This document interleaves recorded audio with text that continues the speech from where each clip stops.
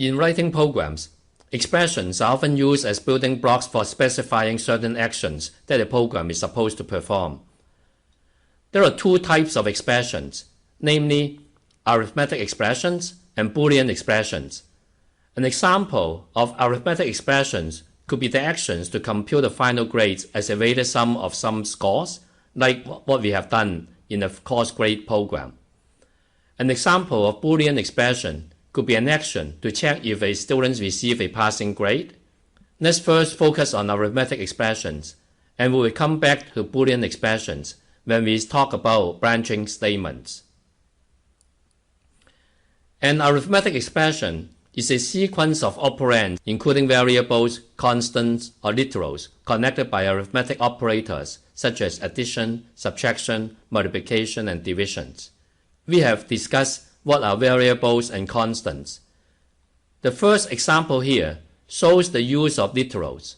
An arithmetic expression 2 plus 3 connects two literals 2 and 3 using the add operator. The second example is an arithmetic expression for converting temperatures from Celsius to Fahrenheit. Celsius is a variable. 9, 5, and 32 are literals, and the literals are connected by three operators: multiplication, division, and addition. Later on, you'll find that if this is used as a Java expression, some error in the computation of temperature would be introduced. You will know what I mean when we talk about integer division later. So you have seen that a literal is a constant value that appears directly in a Java program.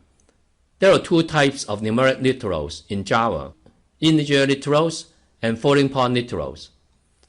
Some examples of integer literals are given here. Here are examples of floating point literals. Notice that for the type float, the literal assigned to the variable a float is 10.0f with a suffix f after 10.0. This is because floating point literals are represented as double, which are 64 bits, while float is 32 bits. To assign a double to float would possibly lead to a loss of information, and the Java compiler would complain if the f suffix is missing. I'll talk more about type conversion later.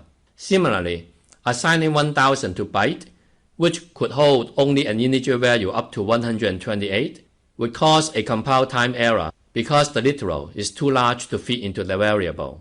Here are some commonly used arithmetic operators. Addition, subtraction, and multiplication should be quite straightforward. However, integer division is a bit tricky.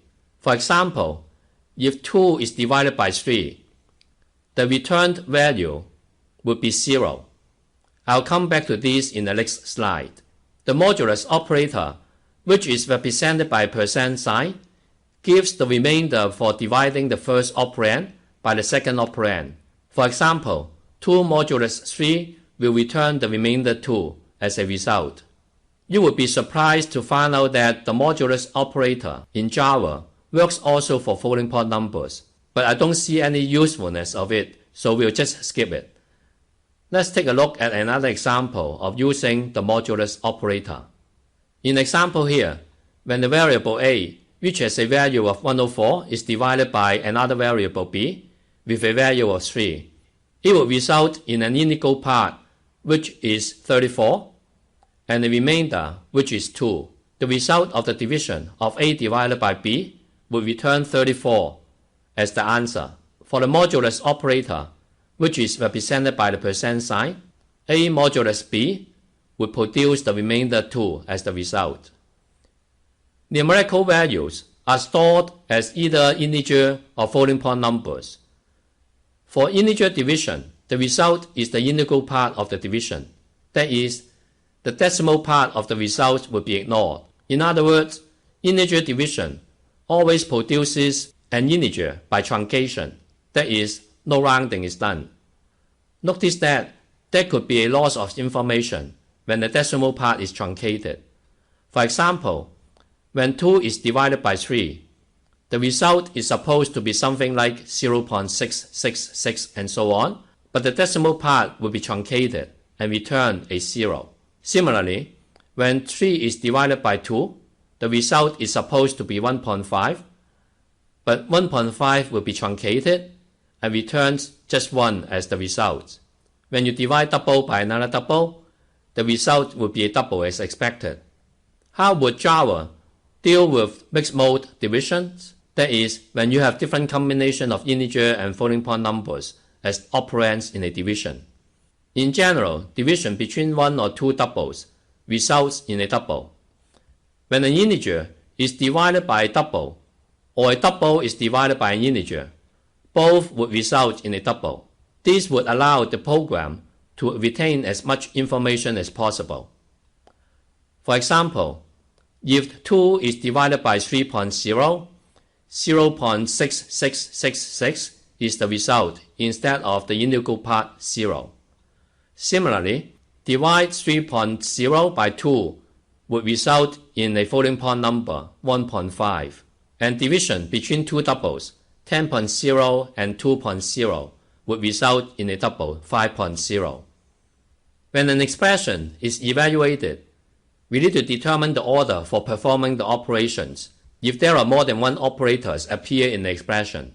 When we study algebra, we've learned that multiplication and division should be performed before addition and subtraction. The same operator's precedence rule is followed in Java. For example, in algebraic expression mx plus b, the multiplication sign is often omitted when it's written as a mathematical formula, and the interpretation would be the first expression, that is, first multiply m and x before adding b to the result. Operator precedence tells the order in which different operators in an expression are supposed to be evaluated. The standard precedence order followed by Java is listed here. An expression enclosed in a pair of parentheses would be evaluated first. For nested parentheses, the innermost expressions will be evaluated first. The multiplication, division, and modulus operators will be evaluated second. If there are several of them, the evaluation would be from left to right. I'll talk more about this when we discuss associativity. Addition and subtraction would come last among these operators. Again, the evaluation will be from left to right if there are several of them. Another important consideration in evaluating an expression is the concept of associativity. Associativity is used to determine the order in which operators of the same precedence are evaluated in an expression. The associative rule in this example is to evaluate from left to right, as indicated by the red arrows. This is called left associative. Parentheses can be inserted if you are not sure about or want to enforce certain evaluation order. One may think that all operations should follow left associative.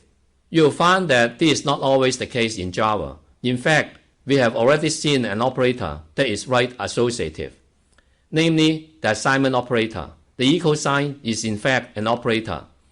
Assignment statements will be discussed next in this lecture.